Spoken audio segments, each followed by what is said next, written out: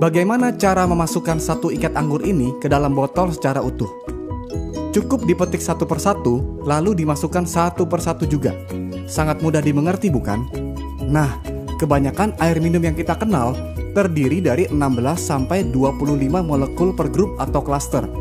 Padahal, sel tubuh memiliki aquaporin sebagai gerbang keluar masuk air yang berukuran 4-6 molekul. Apakah grup molekul yang besar tersebut bisa masuk? Bisa, namun lebih lambat. Maka dari itu ada rasa kembung, jadi malas minum, akibatnya dehidrasi. Berarti kalau molekulnya kecil bisa keluar masuk sel tubuh dengan jauh lebih cepat. Dengan cara apa dikecilkan? Elektrolisis. Apakah itu? Grup molekul air yang lebih besar diberi aliran listrik yang tepat, sehingga menjadi grup molekul yang lebih kecil supaya mudah keluar masuk aquaporin. Istilahnya adalah microcluster. Logikanya begini, jika ada sepasang magnet dengan dua kutub yang berbeda dan saling berhadapan akan tarik-menarik. Jika kutubnya sama akan tolak-menolak, sehingga molekul air yang tadinya berhimpitan jadi terpecah sendiri-sendiri. Belum lagi, di inti sel terdapat ion positif yang membuat molekul air yang berion negatif ini tertarik masuk ke dalamnya dan meninggalkan ion negatif di membran atau dinding sel, sehingga sel tubuh pun menjadi tidak lengket. Mengapa air ini penting sekali? Karena kerjanya berdampingan dengan detak jantung. Ketika jantung berdetak, sel berkontraksi sehingga terkompres dan mengeluarkan karbon dioksida dan toksin atau racun. Inilah yang disebut dengan detoksifikasi. Lalu jantung berdetak lagi dan sel mengembang lagi, kemudian menarik oksigen dan nutrisi.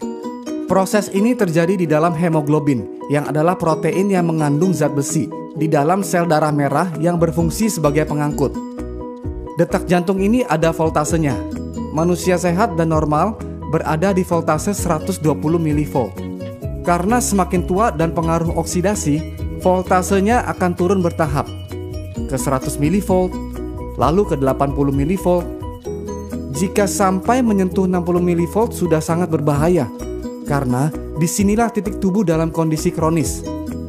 Karena oksidasi itu adalah proses penuaan atau karat yang secara langsung mempengaruhi zat besi dalam hemoglobin. Akibat oksidasi adalah tubuh menjadi asam, lalu muncul berbagai penyakit kronis seperti kanker, diabetes, inflamasi, dan sebagainya. Berarti air yang baik sangat dibutuhkan oleh tubuh. Sumber air yang dikenal berkhasiat terbentuk akibat tersambar petir dan pergesekan dengan batu-batuan di alam. Tetapi mata air seperti ini sangat terbatas jumlahnya. Yang Enegic lakukan adalah membersihkan air keran terlebih dahulu dengan filternya, lalu menangkap fenomena sambaran petir tersebut dengan disetrum melalui 7 plat titanium berlapis platinum yang bisa mengeluarkan air minum berkhasiat tinggi yang disebut dengan air kanggeng pH 8,5, lalu pH 9 yang lebih kecil molekulnya, lalu pH 9,5 yang lebih kecil lagi molekulnya untuk transportasi yang lebih baik. Jika ukuran kemampuan elektrolisis adalah kombinasi antara power, amperage, dan surface area, maka ini adalah faktor kunci dalam memilih sebuah mesin. PEU adalah Potential Electrolysis Unit. SD501 memiliki 230 watt, 2,5 ampere, dan 466 square inch, sama dengan 267.950 PEU.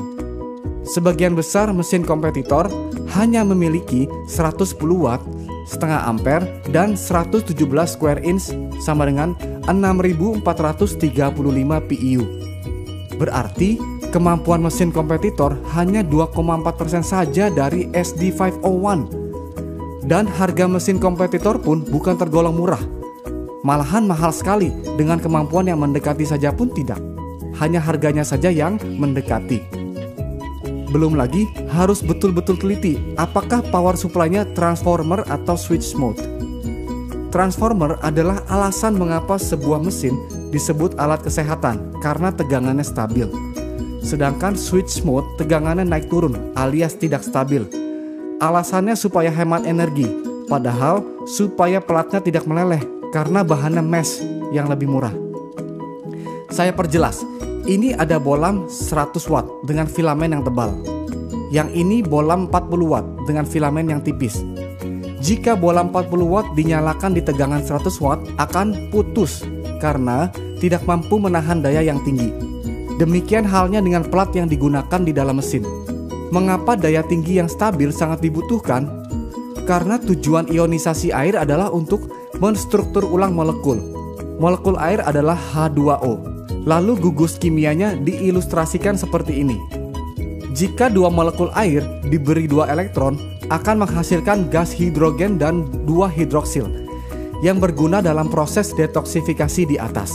Karena yang kita inginkan adalah hasil air seperti ini dengan mesin Enegic, bukan hasil air seperti ini yang kadang jadi, kadang tidak.